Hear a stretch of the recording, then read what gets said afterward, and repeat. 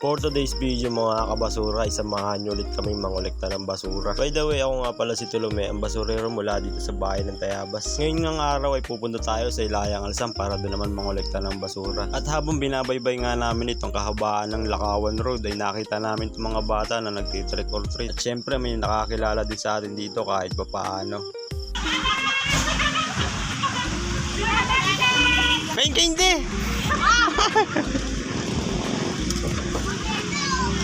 Grabe, kahit umaambon ay napasugod ang mga bata. Siyempre isang kasiyahan na rin sa mga bata. Pero bakit nga ba tuwing sasapit ng undas ay may nagaganap na treat or treat?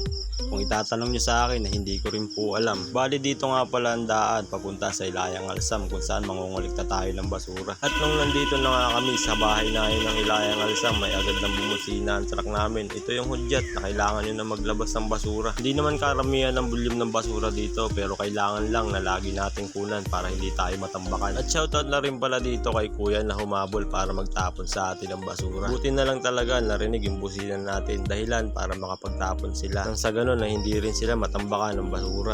At nung natapos na nga kami mangulikta ng basura sa bahay na yun ng Alsam, nandito na nga kami sa bahay-bahay naman na dinadaanan namin. At salamat nga rin pala sa mga nagbibigay sa amin ng kalakal dito sa Ilayang Alsam dahil lugar na ipunin ninyo para ibenta ay iniipon nyo na lang para ibigay sa amin. Sobrang thank you po talaga dahil sa kalakal ng mga iniipon ninyo ay nagkakaroon kami ng pambiling bigas at ulam sa araw-araw. Bali ang kasunod nga pala namin kinulikta ay yung basura ni Ate Aileen. At marami nga din pala siyang mga itinapon na kalakal at mga pinaglumaang bag. Nasabi pa nga niya ay wala na daw coins sa mga bag na tinapon niya dahil na isa-isa na niya. Walang coins ang bag yan! Isa-isa ko na! Ano kaya? Meron yan. Sa pagkakataon ng ito ay hindi niya alam na naka-video kasi yung cellphone ay tinago ko sa gilid ng sako. At laking gulat nga niya nung nakita niya yung cellphone ko sa gilid ng sako. Hindi nga!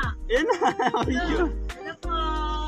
Bali, ang dami na naman ngang itinapong kalakal sa atin, mga bote, lata at saka plastic. Flex ko na nga rin pala yung nakuha ng kasamahan ko. Isang nga palang ribbon, isang psycho at saka isang bracelet. Ay di pa paano, jackpot na naman ng basurero. At ang kasunod nga namin kinuliktahan ay itong basura ng school dito sa Ilayang Alsam. At nung natapos na nga namin kolektahan ang basura dito sa school ng Ilayang Alsam, tungo naman kami dito sa highway ng Ibabang Alsam para dito naman mangolekta ng basura. At habang patuloy nga kami sa pangolekta ng basura dito ay nakakita nga pala kami ng isang bayawak na nakapatong sa ibabaw ng bato. Bali bumaba pa nga kami diyan para mabidyuhan namin ng malapitan kaso parang malayo pa nga din. Hindi abot ng linaw ng camera natin dahil sa totoo lang ay cellphone na ginagamit natin ay mahinang klase lang. Pero kung pagmamasta mo mabuti ay makikita mo naman kung saan talaga nakapusto yung bayawak.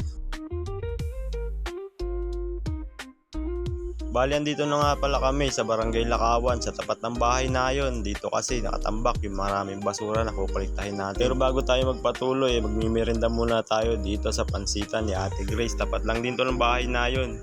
Oh, pinalo na kita! Salamat. Kaya nga dito kami lagi nagmimirinda eh. Dito mo!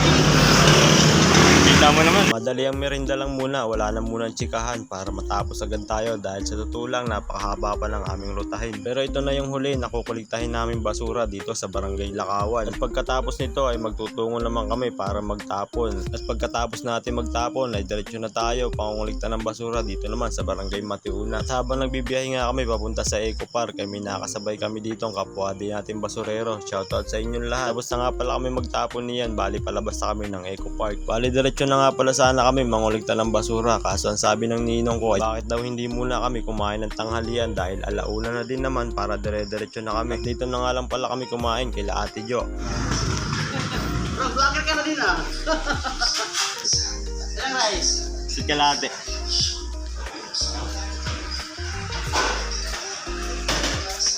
Tsaka ito, sitaw.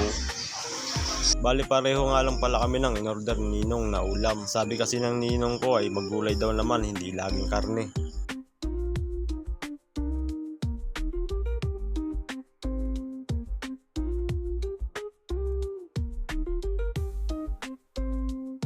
At nung pagkatapos nga namin kumain, direkta na agad kami para mangulikta ng basura dahil may hinahabol nga kaming oras. Dahil may nabasa nga ako sa GC namin na may sahod daw ako. At dahil hindi nga ako nakasahod nung nakaraan sahudan, naiwanan yung papel ko. Bali hindi ko na nga pala nabidyuhan lahat. At nung natapos na nga kami mangulikta ng basura dito sa Barangay Matiuna, nagpadiretso na muna ako sa driver namin papunta sa Bagong City Hall. Bali nakita ko nga din pala dito yung ninang ko, napakaganda. Shoutout sa ninang. At nung nandito na nga kami sa Munting Bayan ay napakadami din mga bata na nagtitrick or treat. Ay talagang napakaway pa si Utoy ay kaya lang wala akong ihahagis. Ay talagang napakahaba ng pila. Tama mo namang nadinis Santa Claus ay. Maya-maya ngay mayroon akong nakita. Ay talagang nakita ko na naman si Idol.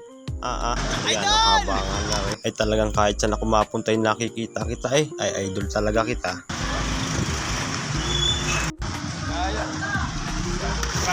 At nung nandito na nga ako sa Bagong City Hall ng Tayabas kung saan tayo sasahod ay agad na nga ako pumasok para magtungo sa lugar kung saan tayo sasahod. Bali dito nga pala sa Window 8 kami madalas sumasahod kay Ma'am Aba. Shoutout po sa inyo Ma'am Aba. At shoutout na rin nga po pala sa dalawa ninyong kasama. Nahiya na tuloy ako mag-video, nakangiti kasi si ate. Aray ko, joke lang po. At nung nakuha ko na nga yung pera sinahod natin, agad na ako nagtungo papunta sa labas ng City Hall. At dahil mahaba-haba na rin na ikukwento ko sa inyo, ay dito ko natatapusin ang video na to.